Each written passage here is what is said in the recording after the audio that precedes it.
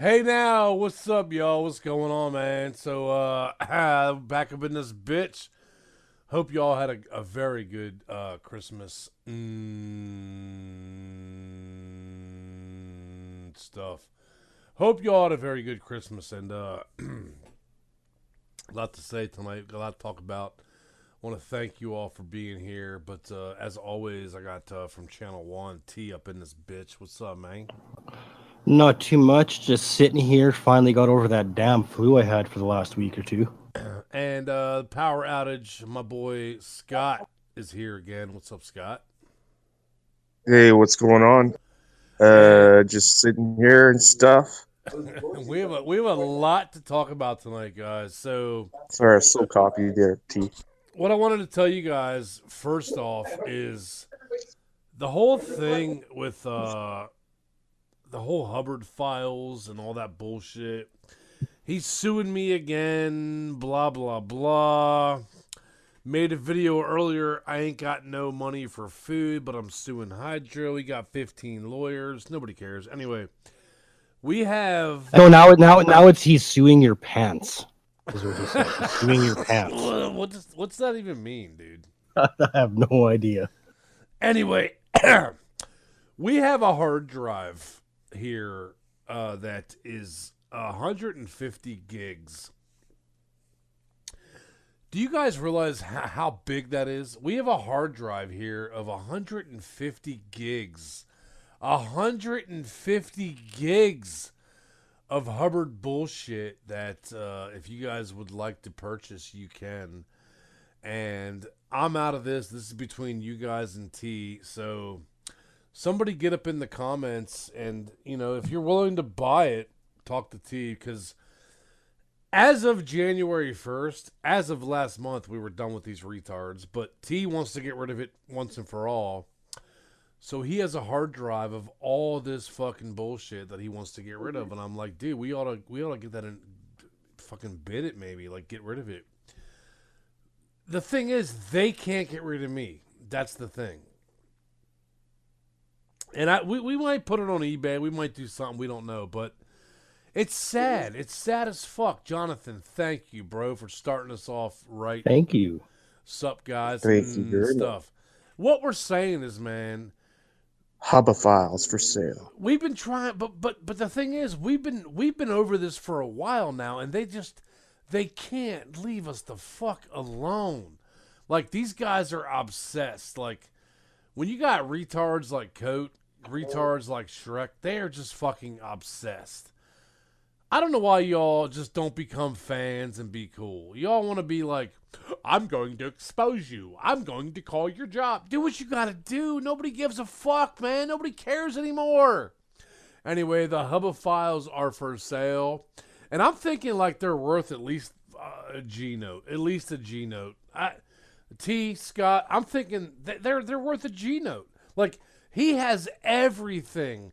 He has Yeah, everything. half of that is audio files from all of his speakers. Like I'm pretty sure there's over 1,000 files of videos and audio files. Like there's a lot there, a lot of stuff a lot of people haven't seen or heard. HDK, man. Appreciate the donation. Thank you.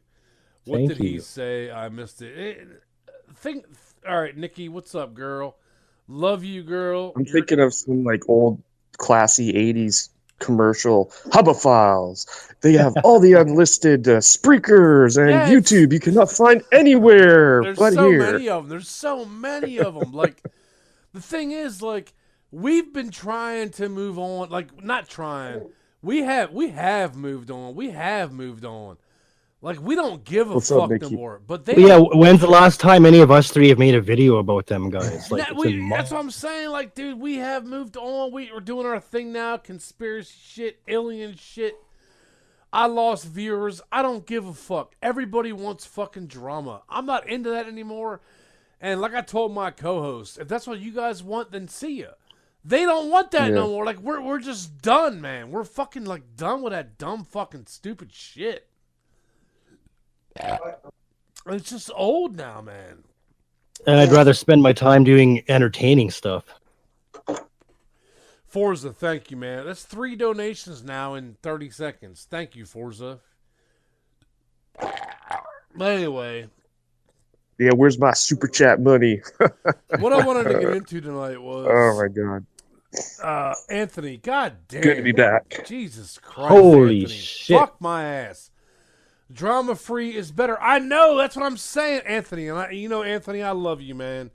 You are the biggest supporter I've ever had in my life, dude. And we have a lot of supporters, dude. But look at this guy, $200, man. Drama free is better. The thing is, Anthony. The $500 and it goes to a donation. What do you guys think about that? That would be pretty Oh, cool. I missed all that because for some reason I missed. fucking power's flickering again. Fuck's sakes. All right, let me tell you guys. Oh, let me man. start the fuck over. All right, here's what I want to do. From January 1st, which is Tuesday, and I'll tell you what, Cactus, if you don't step the fuck up and delete these retards, I'm getting rid of you too. I'm done with fucking drama. I'm just done with it, man. I've been done with it. Here's what I want to do. T said earlier, I want to do some... T, you had about 5 different ideas you wanted to do, and I was like, that's great. Scott, I don't know what you're doing on your channel, whatever. Here's what I want to do. $500 from me, $500 from Scott, $500 from T. That's $1,500. So, what we do is, between the three of us, we upload the most videos we can do in 1 year, man. 1 year. And by January 1 of 2020, whoever has the most views wins. Cooking channels, bullshit, whatever. Drama free. All that money goes to a charity, man. If you guys are down with that, that's fucking awesome. I think we should do that, man. I think we should do that. That would sound fucking cool. I think so. That would be really cool. Huh. Yeah. What do you think, so Scott? What do you think? what the most views wins, and then you put it towards a charity? Well, I'd say half to the charity, half to the fucking creator. So, like, let's say that we were okay. You know what I'm saying? Like, all right, I don't care. Yeah. I don't care either, and T don't either. But I don't know. Whatever you guys want to do. I just think that it was. Because honestly, I'm just happy not making videos and not dealing with those strikes and retards, man. Like honestly. What I'm saying is that won't go away, Scott. Is what I'm telling you. That won't go away. Now you seen today that it won't go away. It won't go away. Yeah, no, it won't go away. I want these retards to leave us the fuck alone, but they won't. See, when you have obsessive stalkers with nothing to do. All right, Scott T. Let me put you guys in a situation. All right, right now. Let's say. Thanks for coughing all up on the stream. Let's say you guys. I'm so sorry, guys. I'm still dealing with a cold. It's all good, bro. It's all good. Let's say you guys are 30 years old, living at home with daddy, and have nothing to do all day. Like, we're not on that level, so I don't want to be on that fucking level. I'm just saying, I want to do a bet with you guys, Scott T, my 2 co-hosts, two of my best friends. I want to do a competition with you guys that the winner of the competition has to pay a charity money. That's what I want to do with you guys. Like, starting January 1st, we all upload as many videos as we can, as many videos as we want. There's no limit at all. If you want to upload 500 videos a day, that's your business. But I'll just set my bot to do that. Fuck it. See, that's what I'm saying. I don't want to cheat though. I don't want to do that bullshit.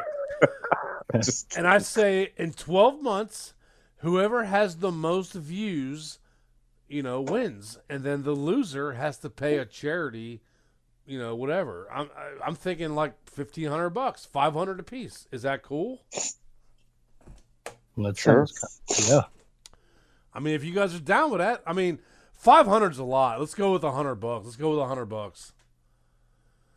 Yeah, whatever. We'll give it a try. See who can win this one. Well, look, starting January 1st, which is Tuesday, we will all upload as much as we want. And I know I have the most subscribers out of all of us, which doesn't matter. But you guys can link your channels in the chat. And we start uploading. Just whatever. Drama-free, conspiracy bullshit, whatever we want to upload. And then after 12 months, next December, like I'm thinking like December of 19, like around like the 10th of December or the 1st, we start. If we're all here, guys. If we're all here, yeah. Well, okay. you know what? The thing is, we might not be. We might not be. You know, we might not be. The government might come in here and be like, these guys are fucked up. But let me ask you both a question while I have you both here before I piss. They're taking away all our rights already. Why buddy. do you? By a year from now? You kidding me? Why are aliens? Why are aliens? And when I say aliens, I mean, you know, aliens as in like extraterrestrials. Why are they interested in our planet? And let me tell you guys a theory I have right now. Because it's not our planet. I don't think they are. I don't think they are because they have the technology to travel the way they do. They could destroy us in a split fucking second. I don't think they give a rat's ass about us. I think it's all about helping us. No, yeah, there's races out there helping us. Like there's the Andromedans and the what the fuck are they called? Oh man, I just watched it last night. The Palladians and Andromedans and then Draconians. They're all in this huge war, and everybody thinks that this is our Earth, but all those motherfuckers were here before us. You know. The thing is, man, T, did you hear that, dude? Yep.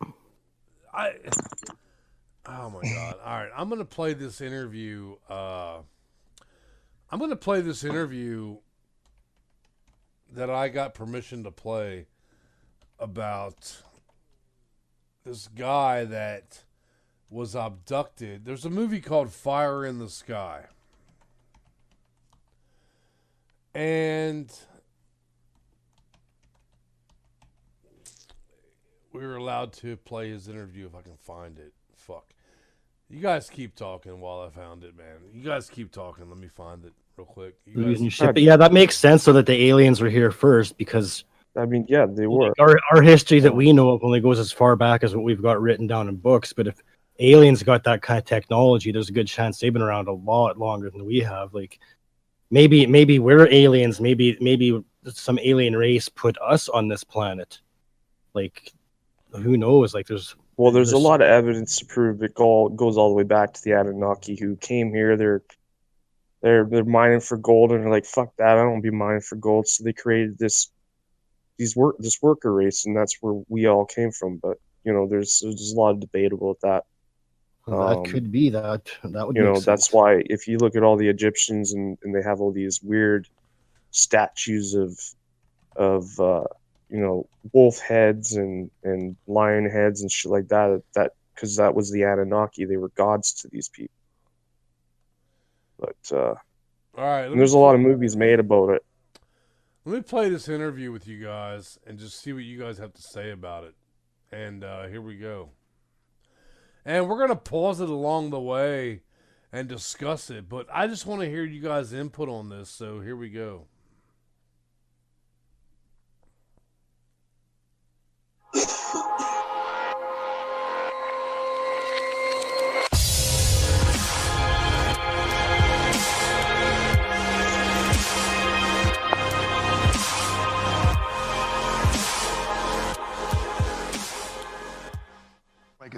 Okay, we're on. We're on. Hey, well, thanks for coming. How many people? All right, so as I'm saying, guys, this guy's name is Travis Walton. So back in the 70s, this guy was abducted by aliens, and I don't know, T and Scott, I don't know what you guys think, but I buy it. I buy it. I don't know. Is that the one where they're in the bush there and they're logging and all of a sudden he just disappears? Yeah, I've seen that. All right, let's listen to what he has to say, guys. Have seen the movie? Most of you. Well, I'm still going to go through this. If you know the basic story, there's still new stuff coming up all the time, and follow-up research is really the main thing of what I'm talking about. But first of all, you know, if you've seen the movie and know enough about the. All right, and now, first off, let me tell you guys, he says the movie was bullshit. He says that. And this is all after the movie. The movie was come out in 98, 97? Because we talked about this before. Yeah, something like that. It's an older one now. And he says it's all bullshit, and he wants to have them make a part 2. But here we go. Story, you know that there's been quite a bit of departure. You know, Hollywood always does that. Well, I mean, I've it's never just seen like a movie about. they're trying to convince that the Roswell thing's all bullshit Well, too. and once again, Hollywood will do what you got to do. But let's listen in. Let's see what he has to say, man. Anything where I knew the background story, that it wasn't altered for dramatic purposes, and you know that's just comes with the territory. It's not a documentary; it's a dramatization. So. Some of the changes were forgivable and others were not. There were some changes that they made that were really out there that got edited out, fortunately.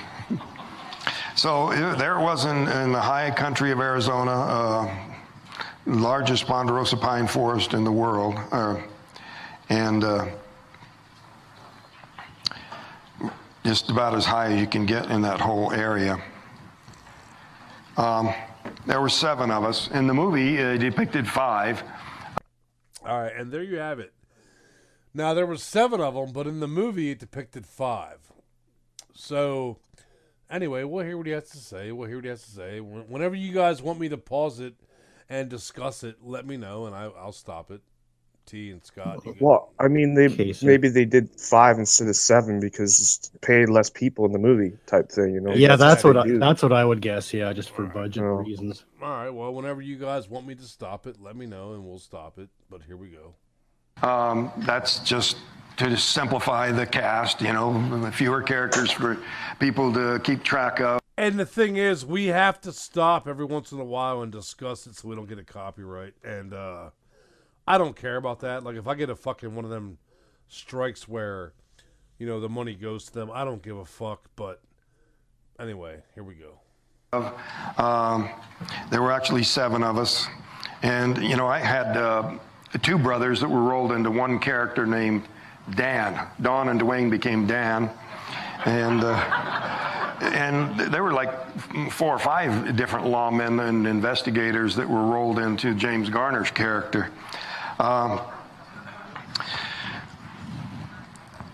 November 5th, 1975, the 7 of us working, putting in some long days, you know, in anticipation of winter weather shutting us out of the woods. We wanted to get the contract done. And so it was getting dark. We loaded up our equipment. We're headed out of there. In the movie, it looks like we'd been driving for some time and everybody was sleepy or drowsy, but actually we were all in a very alert state of mind, recently doing hard physical labor, and that's how 7 of us fit in one vehicle, a crew cab truck. And we're driving up this rough road, and it was on the left side of the ridge, headed south up towards the rim road. And we caught sight of these little glimmers of light coming through the trees ahead. And now, how many of you, T and Scott, have you guys seen the movie? Yeah, I've seen the movie. T, have you seen the movie? Shit, you know, they're trying to make I don't think I have actually. No, because I'd remember James Garner being in it, so I don't think I've seen well, that. It's called Fire in the Sky, and I highly recommend you watch it. So here we go. And right off, it was something that was out of the ordinary. It caught our attention, but it wasn't alarming at first. It was just, as we looked, just wasn't adding up with any possible explanations. It was deer hunting season. I thought maybe deer hunters were camped there. We had encountered trees that had been hit by lightning before and stopped and put them out. And that's where the term fire in the sky, because we were thinking that maybe that had happened again. The ponderosa pine forest right through there, has the highest number of lightning strikes of any place in the United States other than the Everglades. So we're thinking, maybe the moon, but then we look over here and see the moon in a different direction. But you could tell that the light was coming from higher than where ground level would be. It was very thick tree growth, but all these little glimmers coming through there. So we were thinking maybe a forest fire. But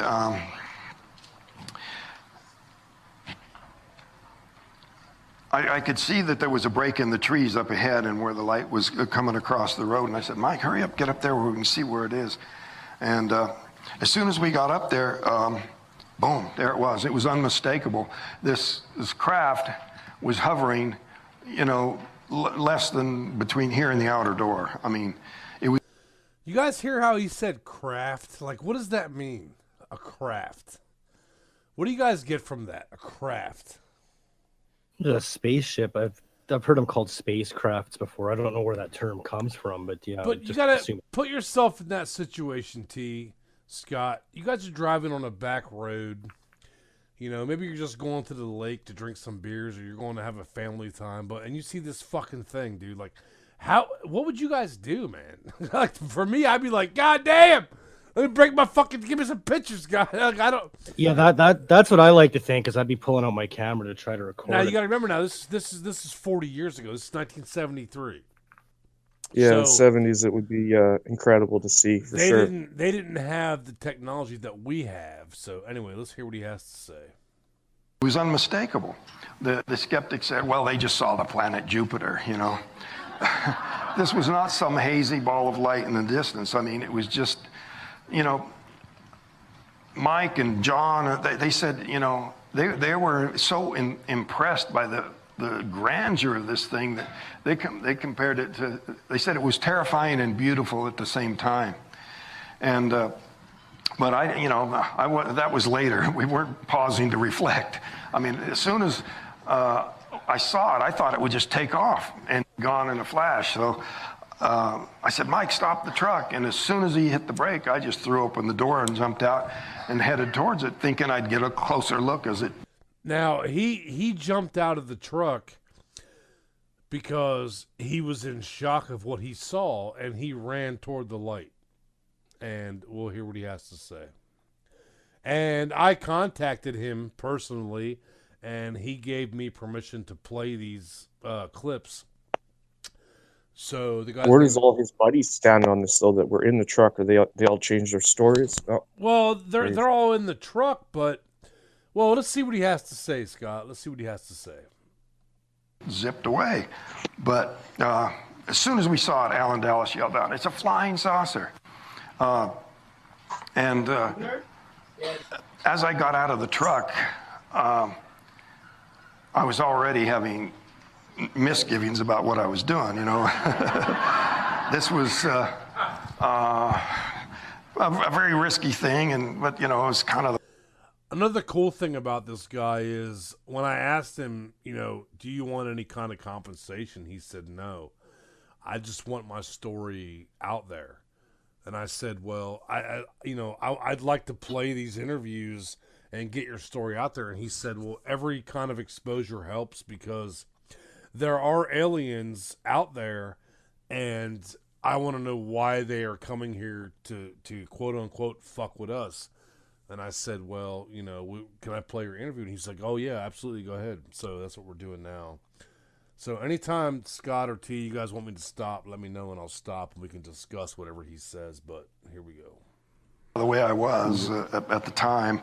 And I was hearing these guys get more and more agitated the closer I got. And I was getting more and more scared. So I slowed down as I approached it. Now, Alan later said that he thought it looked to him like I was in some kind of a trance, like I was being drawn towards it. And Steve.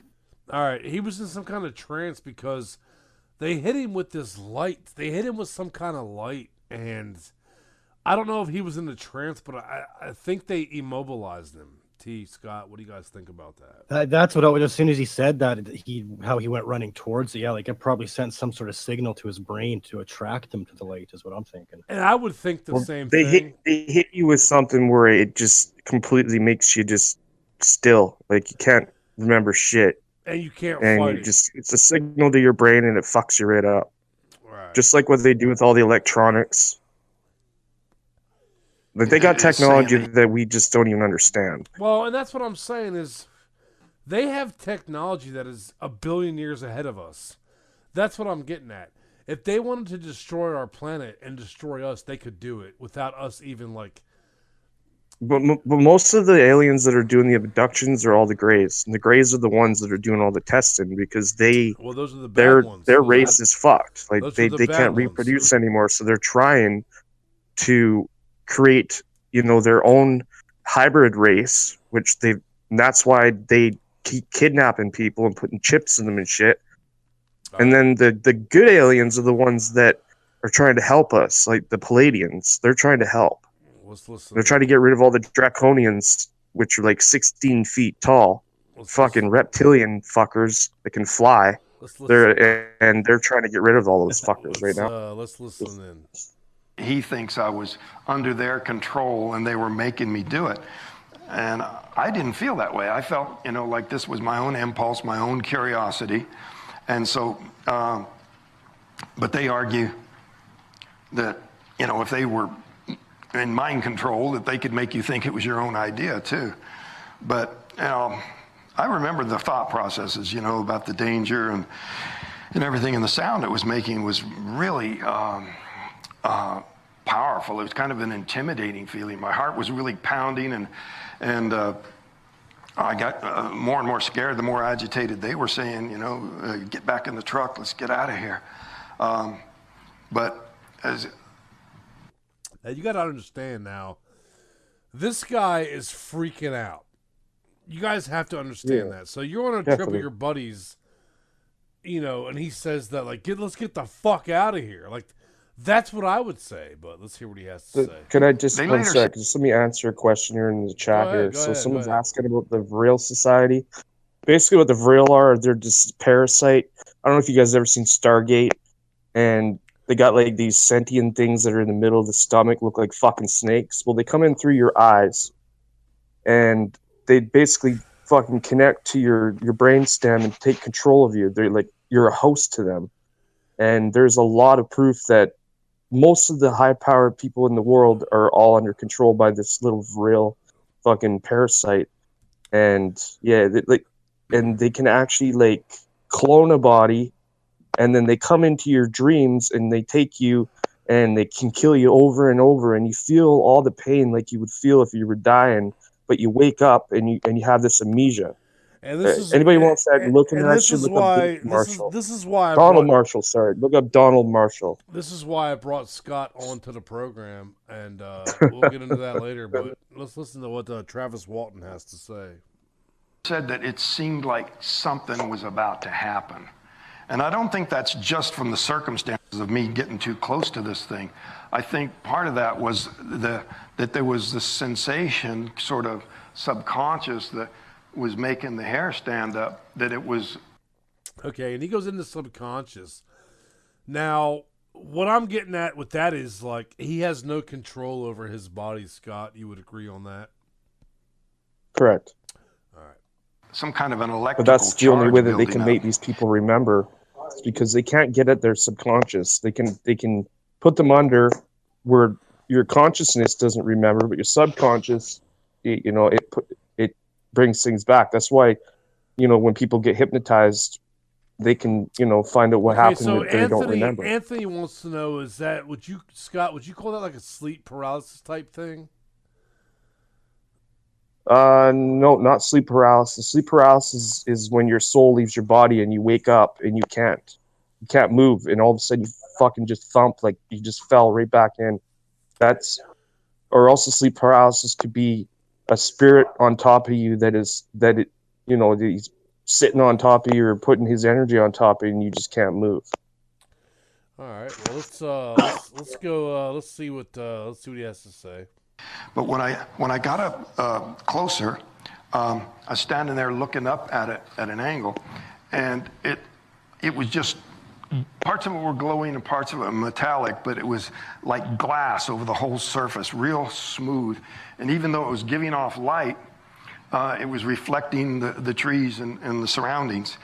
But let me ask you, Scott, before we go on, because out of all of us, me, T, and you've done more research than any of us. How are they getting here? Now, we all know that they're here. We all know they're getting here. But Scott, how are they getting here? Well, it's something we cannot comprehend. Like, we are 3D environment. These guys are 4D, 5D type things, so they can turn into complete like what spirits are. You know, it's like Bigfoot. No one can fucking find the motherfucker because he's in the 4D, 5D environment. That's why he can disappear on a whim. So these fucking aliens, they can just morph into another dimension that we can't even understand. And one day we will be 4D and we'll understand it. I don't know if I agree with you. I think that our brains can't comprehend the technology they have. But when you throw in the Bigfoot type thing, you know, a lot of people say like, well, you never find a dead Bigfoot in the woods. Well, you never find a dead deer in the woods. You never find a dead bear in the woods. You don't.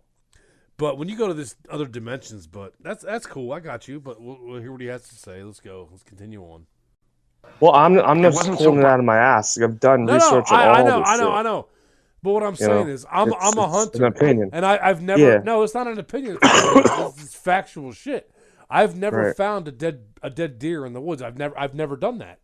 Now, is there other prey that are eating that? I don't know. I found a wild hubba one time. It scared the fuck out of me. Oh, goddamn. Here we go. Fucking stuff. Shit. Here we go. Let's listen to Travis Walton. That you couldn't see it clearly, you know. In the movie, they made it look red, but it wasn't red at all. It was kind of a soft golden color. Well, once that we do lock my store, some more customers. We compared it to like metal coming out of a blast furnace, but that's like white hot, you know, where it's a very light golden color. So they made it look like lava in the movie, but it didn't. But when I was standing there looking up at it, and those guys were screaming at me and swearing at me to get away from there, suddenly it got louder. You want y'all penis pills? You got to go somewhere else, motherfuckers. So when he ran out, what he's saying is when he saw this thing, he ran out to it. And all his buddies were like, dude, get away. Now, well, maybe because they sent a little fucking signal to his head and they're like, come here. At first, they thought it was a fire. They thought there was they thought that the woods were on fire. And now when they rolled up on it, they saw that it was a spaceship. And he jumped out of the truck. And you guys gotta remember, this is 35, 40. This is 1981, 79. This is 40 years ago. You heard about the treaty that was made with Eisenhower back in the day, right? Yeah. We'll get into that. I want to hear what he has to say about his encounter. Let's go. Let's continue on. Started to move, and it wasn't real steady. It was sort of a little bit jerky as it moved away from me. Seriously? And that startled me, so I jumped for cover, and the nearest cover was that much closer to it. I went down and into a crouch there, and they were, you know, really in a frenzy at that point, the rest of the crew. Get the hell out of there, you know? I didn't need to be told. I was already feeling, I was really got myself in a tight one.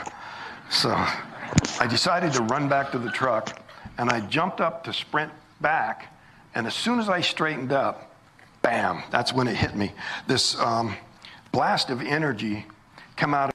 All right, bam, that's when it hit me. So he decided, like, fuck this, I'm out. And he turned around to run back, and that's when the lights hit him.